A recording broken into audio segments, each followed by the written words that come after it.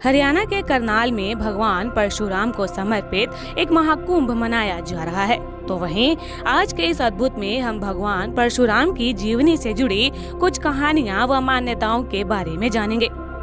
परशुराम शब्द दो शब्दों से मिलकर बना है, परशु अर्थात कुल्हाड़ी तथा राम। इन दो शब्दों को मिलाने पर कुल्हाड़ी के साथ राम ये अर्थ निकलता है।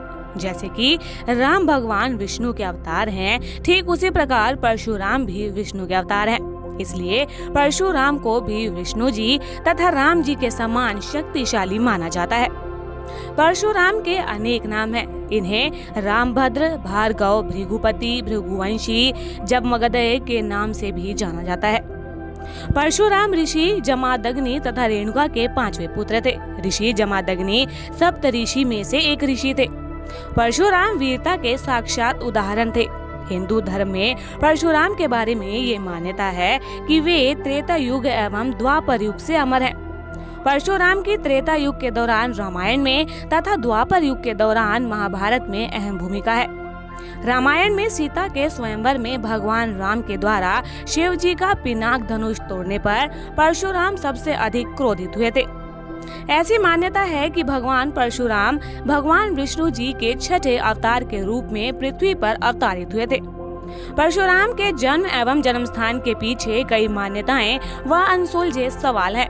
सभी की अलग अलग राय एवं अलग अलग विश्वास है।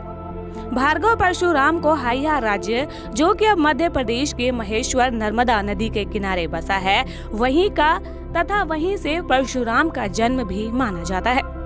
एक और मान्यता के अनुसार रेणुका तीर्थ पर परशुराम के जन्म के पूर्व जमदग्नि एवं उनकी पत्नी रेणुका ने शिव जी की तपस्या की थी।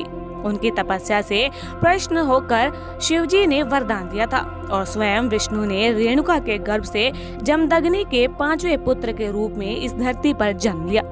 उन्होंने अपने इस पुत्र का नाम रामभद्र रखा था। परशुराम के अगले जन्म के पीछे बहुत सी दिलचस्प मान्यता है। ऐसा माना जाता है कि वे भगवान विष्णु के 10वें अवतार में कल्कि के रूप में एक बार फिर से पृथ्वी पर अवतरित होंगे। हिंदुओं के अनुसार ये भगवान विष्णु का धरती पर अंतिम अवतार होगा। इसी के साथ कलयुग की समाप्ति होगी। परशुराम का मुख्य अस्त्र कुल्हाड़ी माना जाता है। इसे फारसा और परशु भी कहा जाता है। परशुराम ब्राह्मण कुल में जन्मे थे, परंतु उनमें युद्ध आदि में अधिक रुचि थी। इसलिए उनके पूर्वज च्यवना भृगु ने उन्हें भगवान शिव की तपस्या करने की आज्ञा दी। अपने पूर्वजों की आज्ञा से परशुराम ने शिव जी की तपस्या कर उन्हें प्रसन्न किया। शिव जी ने उन्हें वरदान मांगने को कहा। तब परशुराम ने हाथ जोड़कर शिव जी की वंदना करते हुए उनसे दिव्य अस्त्र तथा युद्ध में निपुण होने की कला का वर मांगा। शिव जी ने परशुराम को युद्ध कला में निपुणता के लिए उन्हें तीर्थ यात्रा की आज्ञा दी। तब परशुराम ने उड़ीसा के महेंद्रगिरी के महेंद्र पर्वत पर शिव जी की कठिन एवं घोर तपस्या की। उनकी इस तपस्या से एक बार फिर शिव जी प्रसन्न हुए।